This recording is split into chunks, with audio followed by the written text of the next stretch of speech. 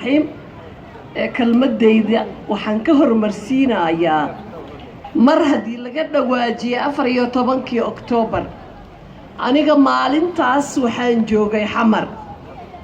siday wax u dhaceen markaan soo xasuusto aniga waxaan qaaday taraawma waxay igu qaadatay muddo inaan ka reysto taraawmadaas marka intii ku dhimatay iyo intii ku dhaawacantay iyo wax laga hadli kara iyo wax la koobi kara ma aha waa u duceynaynaa ilaahay shuhadaa inuu ka dhigo jannadii ka waraabiyo laakiin maanta codsiyaan rabaa adigana Facebook gali malaayiinta qof ha aragto codsiyaan rabaa aan la wadaagay ummadda Soomaaliyeed haddii 14 Oktoobar dadkii ku dhintay berri madiina mool hortiisa la mara kaliya wax uma tarayso haddii tol iyo xigaalo la yahay haddii Soomaalinimo iyo muslimnimo jirto sidaan u dhannahay saqiir iyo kabiir shacabka Soomaaliyeed meel walbuu joogo dawlad kaliya wax lagama sugee waxaan ugu hiilin karnaa walaalaheen amniga sugidiisa inaan ka qayb qaadano inaan u istaagno hadda waxaan arkaynay niman macawisley waan arkaynay waxay qabteen marka shacabka Soomaaliyeed gabar iyo wiil qof weyn iyo qof yar aan isxilqaano sidii amniga loogu soo celin lahaa wadanka amni loogu sugi lahaa dawlad hay'ado yar laguma hadlayn karee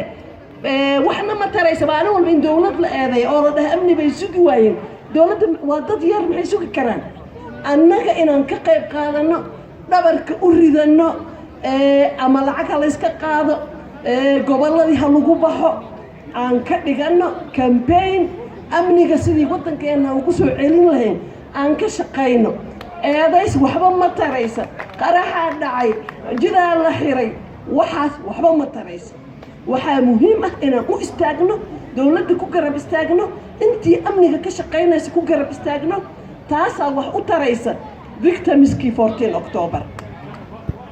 marka midaas haddaan taas kaga baxo gabadhii yarayda aad ii taabatay aawe aade horta waxaan rabaa gabaraa uur loo yeelay iyo waxaan dhan la sheegay xataa gabar wiil jeclaatoo la seexatay ma research la sameeyay 90% waa rape Soomaaliya guriga wiilala ku nool qaraaba ku nool qof walba ku nool gabadha sidaa loo faraxumayni hadday sheegto oo dhahdo wiilkii adeer dhale ama ayada garuunka la saarsaari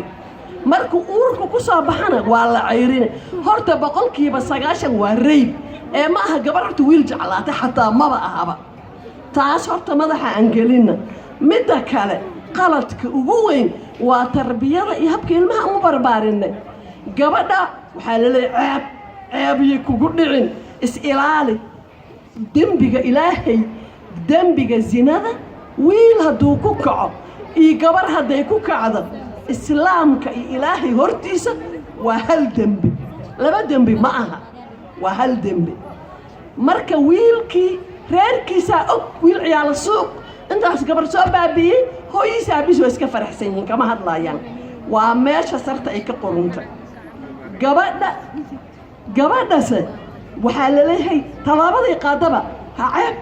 ceeb hanoo keenin ceeb hanoo soo jiidin war ceebtan ma gabadha kaligeeda samaysa laba qof bay waxaan dhaxmareen tarbiyadeennii hore iyo bulshadeennii oo qaribnayd oo ay ku dulmanaayeen gabdhaha ayaa dhibka keentay hadda markii Yurub la galay waxaan arkay arrin Yurub ka jirto Soomaalidii ay ka qaylinayso ilmaha markuu gaaro 12 sano gabadha markay gaarto ay macnaha oo dhadigaato oo iskoolka ay ku jiraan ilmaha waxaa la siinay wax kasta oo contraception ah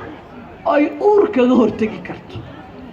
Soomaalidii qaladaan loo arkaa aniga saxan u arkaa waxaan ugu arkaa idin sheegaa mar haddii wiilkii wuxuu rabay intuu samayn karo dambina ka raacaynin cidii dhashay qabanaynin la tarbiyeynaynin okay gabadhii wax bar waxaan waa dambi waxaan ha samaynin si kasta u bar laakiin still markii wixii ay samayso gaaladii waxayba siiyeen waxay uga hartagto si ayna u ceeboobin u curyaamin hadday uur yeelatana abortion free ay u sameeyeen waa la isku caynay soomaalida gabdhihii abortion oo wiilkaagaa gabadha uur u yeelaye mana qabanaysid wiilkaagee mana rabtid inaad dhahda ka garbax arrintane dee haddii gaaladii abortion u samayso maxaa loogu diidi waxaan kaaga wada diin xaggeeda waa ku qalad laakiin waxaan ka hadlayaa wiil iyo anoon diin ka hadlaynin wiil iyo gabar gaal ah waxay rabaan ah diinta ay rabaan haystaan in mar kasta gabadhii victim inayna noqonin soo markaan ilmaheena tarbiyaynayno wiilkii gabadha in isku si loo tarbiyey in gabadhan uuraa loo yeelay waa la xoogay waa la kufsaday annaka waa inaan u istaagnaa gabadha xuquuqdeeda marka gabadhiyaa wax yar itaabatay yartii yaray haa runtaa waay maba aha gabadh wiil jeclaatay wixii dhan ilmo dhali jiray reybay ahayn reyb cases ha eedana ayadaa leh marka waxaa waaye waa in bulshadii dib loogu noqdaa wiilashii habkii loo tarbiyeynayo wiilkayga qaladku gala inaan qaadan karo wasalaamu calaykum waraxmatullah doctor rayso maryan qaasim aad bay u mahadsan tahay intaan barnaamijka soo xirin waxaan jeclaan